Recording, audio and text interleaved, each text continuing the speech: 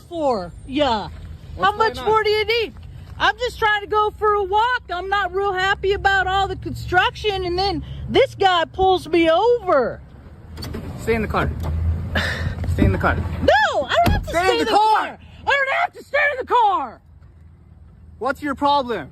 You! You're driving by, you're over here giving gang signs, flipping me off. Gang signs? You don't even... Dude, your Taos education has failed you. So what's going on? Your high school education and Taos has failed I need your driver's license. No, you don't. I don't have to give you nothing. I do. I didn't break the law. I didn't do nothing. I'm in my car. You're taking your hands off the wheel. That's careless driving. No, dude. You're making stuff up. Ma'am. No. Go away. Registration, call your supervisor. Call your supervisor. No. Yeah, call your supervisor because you know you're wrong, dude. I fucking read law for bedtime stories. Yes, I do. Then practice it. I didn't do anything wrong. It. Go away. Your hands were off the wheel. I got one hand on the wheel. So that's careless. No. Before we even dive in, you need to brace yourself, because what you're about to witness isn't just a routine traffic stop gone wrong. It's a front row seat to a clash between authority and constitutional rights, ego and accountability, intimidation and unshakable resolve. In this footage, a woman calm, confident, and clearly fed up finds herself pulled over without cause. No violation. No justification. Just an officer armed with assumptions and an inflated sense of power. But here's where things get interesting. She doesn't fold. She stands her ground, challenges unlawful demands, and dismantles fabricated accusations in real time. And the officer? He spirals fast. His claims shift, his anger rises, and the badge he hides behind starts to look more like a mask than a symbol of justice. Later, we jump to tribal land, where another auditor is confronted with incorrect claims about jurisdiction and public property. Yet again, the camera and the Constitution prove to be the great equalizers. You'll see moments of tension, moments of clarity, and even a moment of unexpected humility that flips the entire encounter on its head. So stay with us, because each second in this breakdown isn't just footage, it's a masterclass in knowing your rights, recognizing unlawful authority, and understanding how quickly a simple encounter can escalate when power goes unchecked. Break the law! You pulled me over because you don't like my attitude. That is not unlawful. I saw your hands off away. The wheel. No, I did not have both hands off the wheel. You could not see in my vehicle. You were behind me. Go away. And what were you doing? I'm trying to go for a walk. One hand was because off the wheel. bureaucrats are annoying. Oh. Yes, well, go away. You're the one that's causing all this attention. I'm trying to go for a walk and I'm being harassed by a little cousin. So go away. A little cousin. Yeah, go away. Okay, whatever. Go away. Ma'am, I need your license. You don't get my license. I didn't do anything wrong. You couldn't see inside my car. You're behind me. You're making things up. No, ma'am. I don't appreciate you. I'm a female veteran. I just try to take care of my mother and go out for a walk a couple times a week. And then you're bothering me. And I'm telling Go you, away. The reason for the stop. Now, if you leave.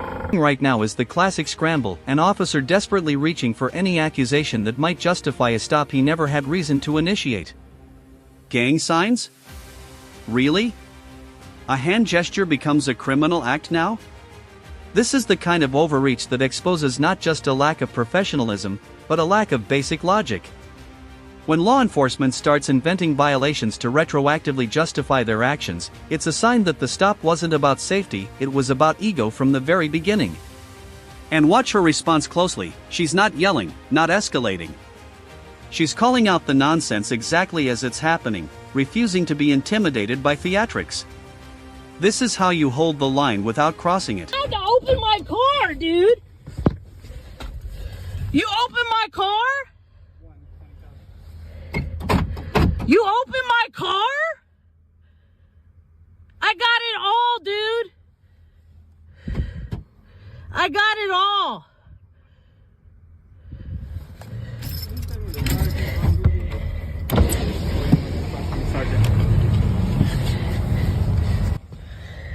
You're wasting your time. You're wasting my time. I only have so much time that I can leave my mother. Well, let me see your license. No! Go away! Mom, you want to go see a judge right now? Dude, I didn't do anything wrong. You have no probable cause. I'm telling you the probable cause. No, you're making stuff up, dude. That's what you small town sheriffs do. No, you don't like somebody, and then you freaking give them a hard time because you don't like somebody. That's egomaniacal. That has nothing to do with God, dude. Check this out. I'm even a pastor, dude. This moment right here is priceless. When she says she reads law for bedtime stories, it isn't just a snappy comeback, it's a warning shot. She's telling him, flat out, you picked the wrong person today. Officers are trained to rely on the assumption that civilians don't know the law well enough to challenge them. But when someone does know their rights, the dynamic flips instantly. Notice how his tone shifts each time she pushes back. He moves from confident to frustrated to scrambling for control. That is what happens when authority is confronted with knowledge instead of... I've been to war, dude. I was in Operation Iraqi bullshit, and that's why all this is so stupid. That's cool, dude. No, go away. Just go in your car and wait till your supervisor. Get away from me. I don't have to listen to you.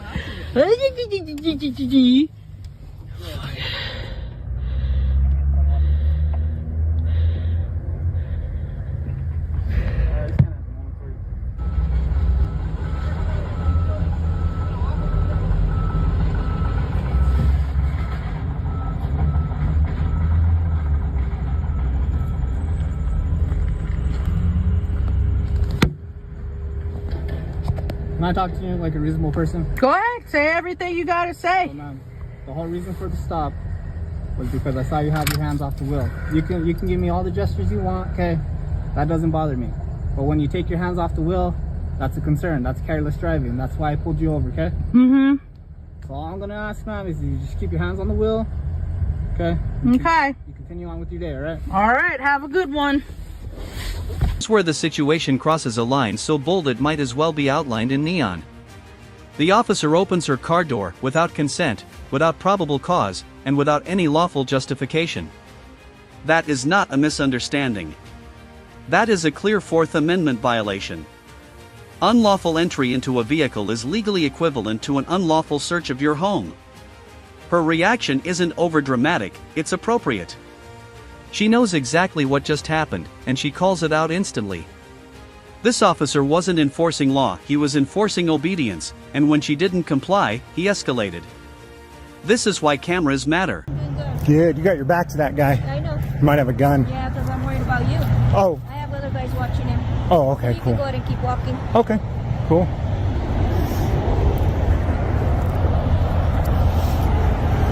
You a local police or state police? We're tribal. Oh, you're tribal. Yeah, how can we help you? Oh, no, I'm just checking things out, that's all.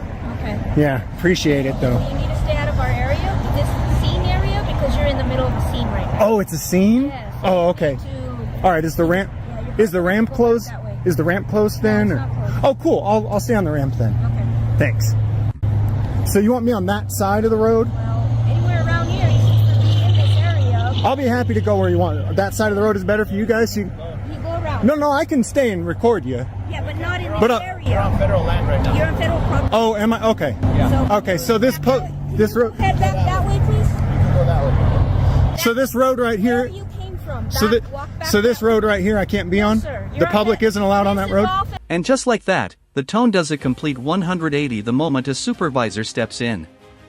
It's amazing how quickly careless driving and your hands were off the wheel dissolve into thin air once someone with actual authority arrives. What the supervisor does here is subtle damage control, trying to smooth out the situation without outright admitting fault.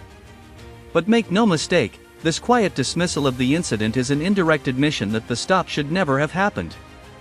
The contrast between the supervisor's calm professionalism and the original officer's hostility says more than any citation. Tell you what, I think you're wrong. Keep walking. All right, I'll go over here. What's that?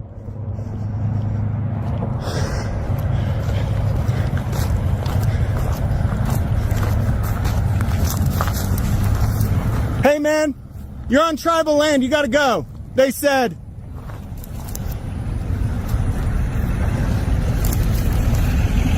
I'm just trying to make sure you don't get in trouble.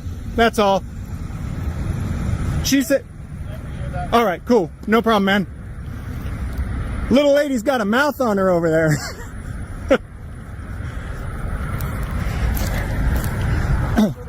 What's that? What's your name? James. James? Good. Doing all right? Yeah. What's your name? So, yeah, with everything going around. All right. So, just want to film or what? Yeah, that's all. What's Yeah. it for anyway? Anything Just watching her, because she's mouthy. All right, hey, let's try to be respectful. Well, I don't have to be respectful when she told me that I can't be here to record, and she lied to me about whether it's public property or not. So respectful would be not lying to the public about what they can and can't do. So I do appreciate your respect, but this over here earned no. Land interaction is a textbook example of how misinformation can become a tool of control. The officers confidently claim this public roadway is federal property and off limits, but confidence doesn't equal correctness. Watch how the auditor doesn't get flustered, he simply asks direct, factual questions. Questions they can't answer. Questions that expose the cracks in their narrative. It's not aggression on his part, it's precision.